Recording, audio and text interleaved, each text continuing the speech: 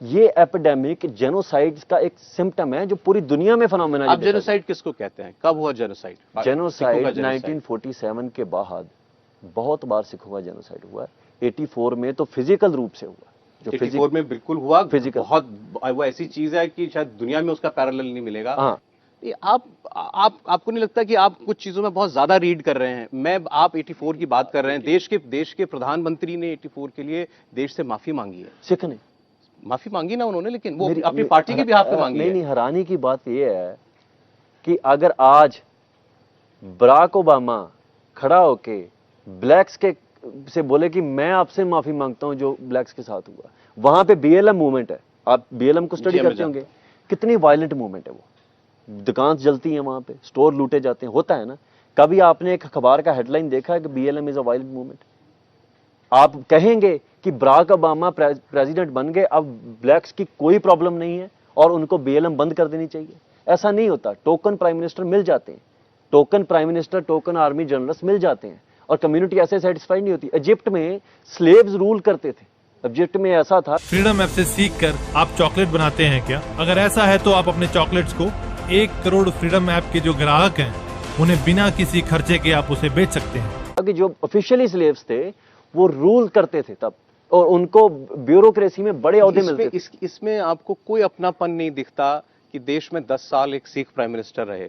अपनेपन की बात आपको इसमें कोई भरोसा नहीं, आपको इसमें कोई भरोसा नहीं दिखता कि देश में आर्मी चीफ वो हमारे सिख रहे कितने, हमारे फौज में हमारे सिख भाइयों की रिप्रेजेंटेशन कितनी है, हमारे एयरफोर्स के चीफ सिख रहे हैं, इसमें होम मिनिस्टर की बात भी आप सुन लें मेरी बात। ये सब भरोसा ही तो है। भरोसे की बात भी सुन लें ना। जब 1984 में ये सब कुछ हो रहा था, एयर मार्शल अर्जन सिंह के घर पे अटैक होता है। एयर मार्शल अर्जन सिंह आगे से अपने आप को डिफेंड करने के, उनके पास वेपन थे, लाजम सी बात है, पुलिस ने उनके वेपन सीज कर लिए। So mob can attack him. President सबसे बड़ा ओहदा होता है, आप मानते हैं? प्रेसिडेंट से बड़ा कोई ओहदा नहीं है हिंदुस्तान में, चाहे उसमें कितनी पावर है, वो तो डिबेट का इशू है। प्रेसिडेंट की कार पे हमला होता है 1984 में, जब इंदिरा गांधी का मर्डर होता है। सो एक सिख प्रेसिडेंट भी हो, उसकी इतनी वो पावरलेस हो जाता है उस सिचुएशन में। सिचुएशन देखिए, लॉ एंड ऑर्डर प्रॉब्लम पता क्या है? प्रॉब्लम आप ये ना समझे कि हमारी कॉन्शियसनेस में क्या पड़ा हुआ है, सोसाइटी की विजिबिलिटी में क्या।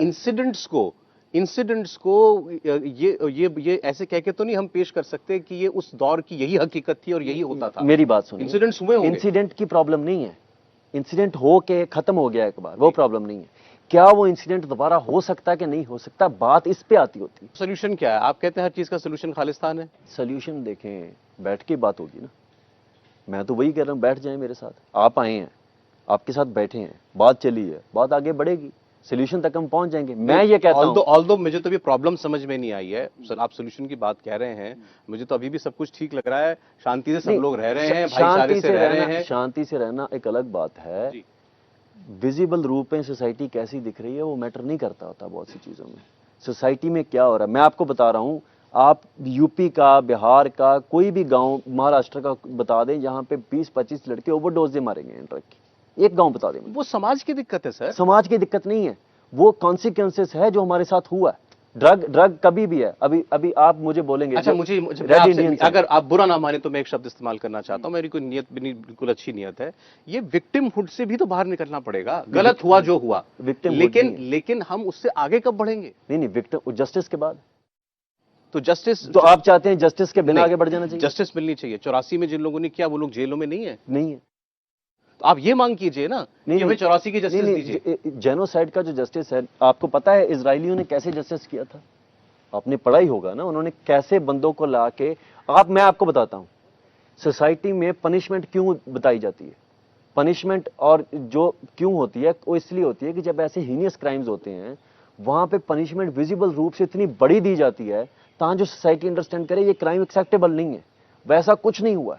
वो बंदे आज भी जो थ्रेट देते हैं सिखों को, वो पावर में रहते हैं, और ये एक फिनोमेना बन चुका है कि अगर किसी को इंस्टेंट पावर गेन करनी है तो वो सिखों को थ्रेट दे दे। होता है, ये कोई जोक नहीं है, और ये दोनों पार्टीज करती हैं ये प्रैक्टिस। ये आप पूरे देश की बात कर रहे हैं या पंजाब की बात कर रहे हैं? नहीं, मैं ये कह रहा हूं पूरे देश में। अभी आप देखें, आज देखें, पंजाब में चीफ मिनिस्टर सिख हैं। पंजाब में पॉपुलेशन वाइज आप देखें, Sikhs are in majority. Sikhs वो मेजॉरिटी में रहेंगे नहीं अगले 5-7 साल में। अभी अब ये फिर एक नया खतरा है जो आप दिखा खतरा रहे हैं मैं लोगों आपको को। बताता हूँ क्या खतरा है। हिमाचल और में नहीं लॉ भी रहेंगे तो क्या हिमाचल होता में है? लॉ बनता है, वहां पे जाके कोई बंदा लैंड बाय नहीं कर सकता। पंजाब में ऐसा लॉ क्यों नहीं बन सकता? हम कह रहे हैं कि हमने एक स्टेट जो है पंजाब ऑलरेडी बहुत श्रिंक हो गया ये अब हमारे एम्पायर से, और इसमें भी हमें हमारा कल्चर जो है उसको प्रोटेक्ट करने का कोई चांस नहीं है। यहाँ पे लेबर आती है, मैं उसको डिस्क्रिमिनेट नहीं करता हूँ, लेकिन वो अपना कल्चर भी लेके आती है साथ में, और हम पे इम्पोजिशन होती है उस कल्चर की।